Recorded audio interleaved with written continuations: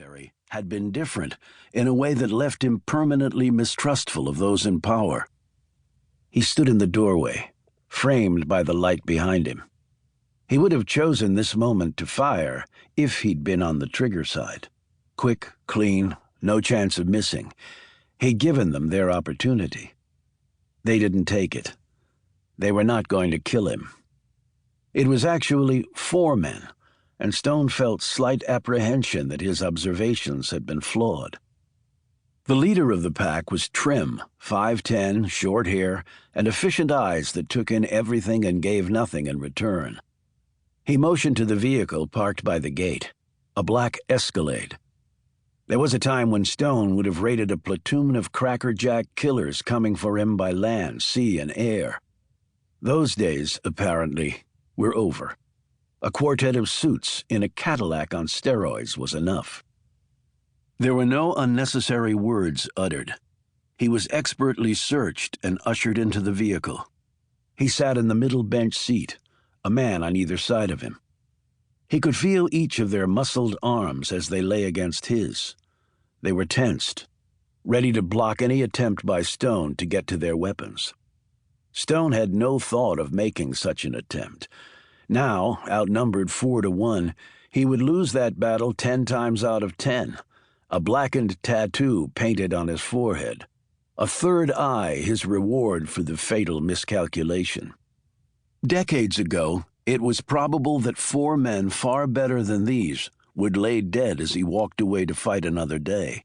But those days were long in the past. "Where?"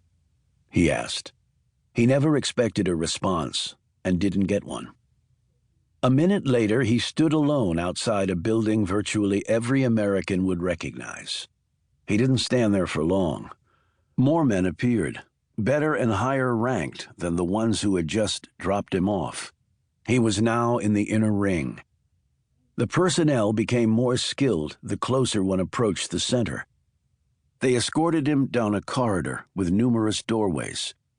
Every single one of them was closed, and it wasn't simply the lateness of the hour. This place never really slept. The door opened and the door closed. Stone was alone once more, but again, not for long. A door opened in another part of the room and the man entered. He didn't look at Stone, but motioned for him to sit. Stone sat.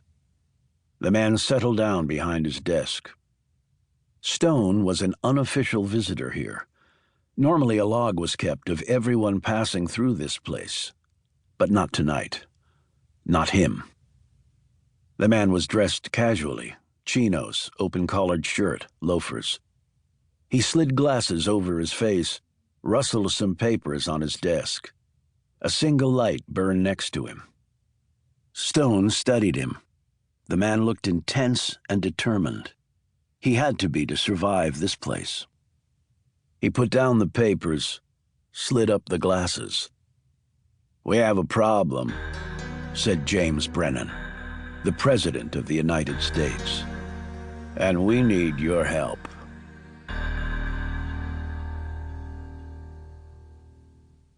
Chapter 2. Stone was mildly surprised, but didn't show it.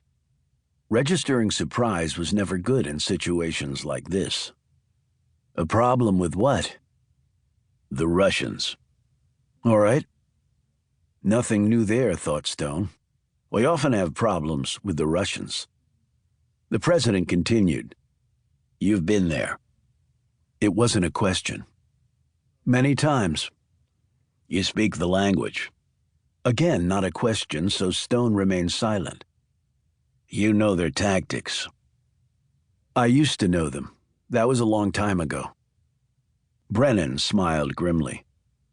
"Just like hairdos and clothes, if one hangs around long enough, things come back in style, including, apparently, espionage techniques."